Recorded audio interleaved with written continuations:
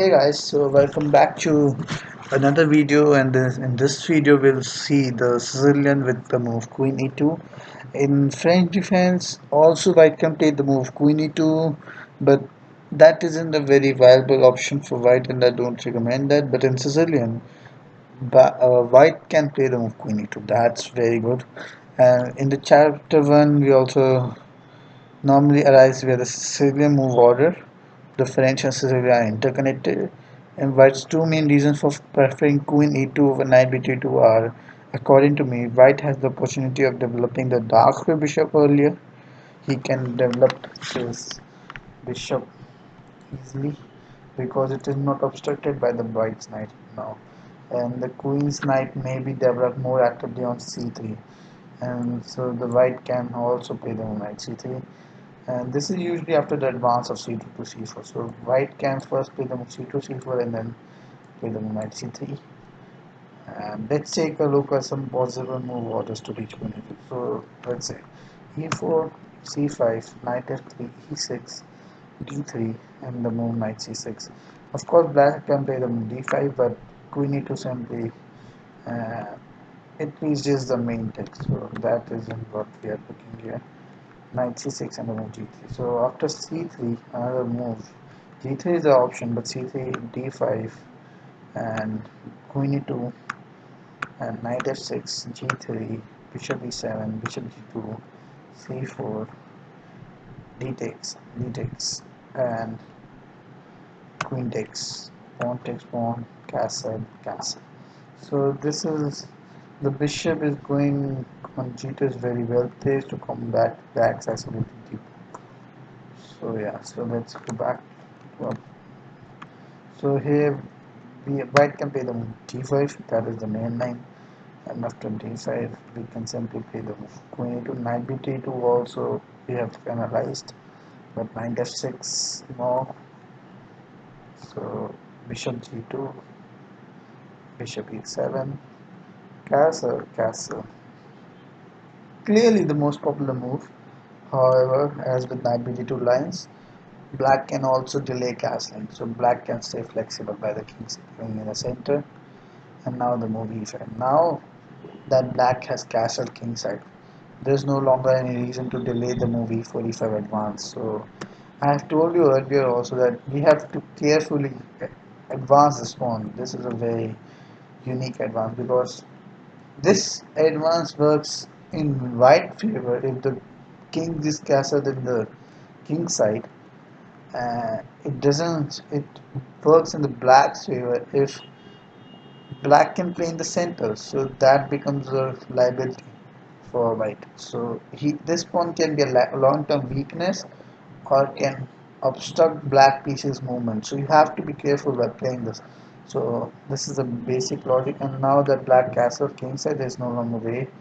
There is a serious argument for black to avoid the main line of playing the rather unpopular move 98. So he can play the move 98 and 97 both. And now if he plays 98, we can obstruct in the center. We don't need to play in the king side because basically what black achieved by playing the move 98 is that now his bishop is open. So if he ever takes, this square is also guarded with the bishop. So if somehow white generates the attack with the move h4 and maybe rook e1 and somehow knight, in future the attack isn't going to work simply because the bishop is also guarding the square. So yeah, black continues with the move knight c7 after c4. So when the knight is quite well placed, it supports both the d5 pawn and queenside counterplay with b7 b4. So the move c4, it is the move c2 c4 that really sets the queen e2 variation apart from knight b2. This this is an extra resource for white to play the move c4, and this actually distinguishes the main line from this. So at first sight it seems slightly strange to strike out on a queen side, the place where black is meant to hold all the aces, but there is a good reason for this move. A few points to note about c4 are: first, white adds pressure to the d5 pawn, and this can be increased by the move. Just let me show you. Uh, White is putting pressure on d5, and this can be into the move knight c3 with development. Threats with development is an important concept. And if black plays the move d into c4, just let me show you. If black plays the move d into c4, then d4, d5 d4, or d5 to d4. Just a second. Yeah, d5 to d4. White will gain access to the e4 square, a very good outpost for knight. So this square will be white. So that would be a good outpost for the white side. Uh,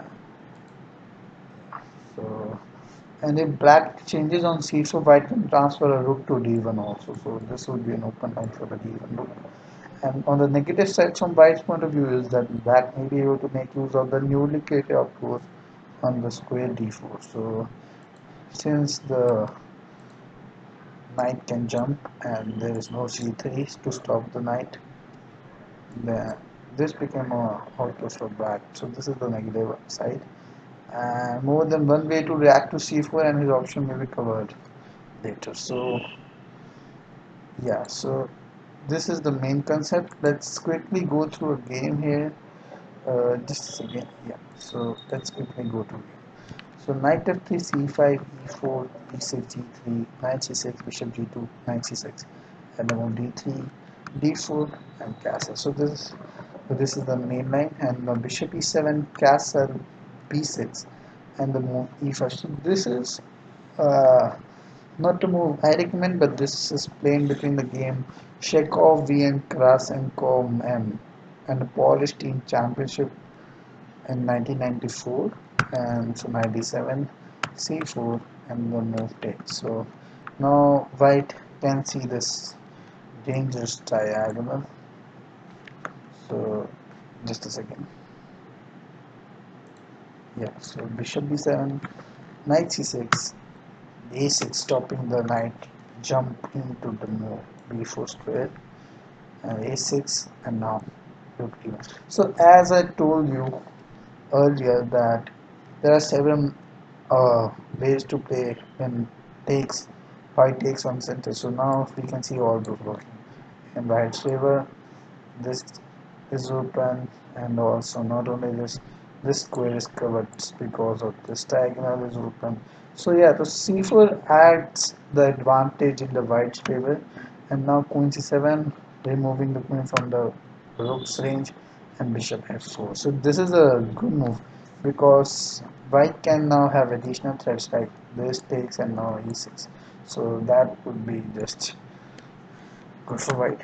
Long castle. So black gets hit by a tactical blow, uh, but black can play small castle and the move knight d5, as I told you, and now e6. So bishop d6, bishop d6, queen rook, and knight d5, knight d5, bishop d5, bishop d5, and c takes d4, and check, king h8, and bishop takes rook, and queen f8, and now queen takes knight. So this is a very tactical line, I would say. So that is a move, and now the move 95. So tactical blow by white, and e to b5. One must always look in the position for these, and now the move c to d4. So now you can see the pawn thrust along.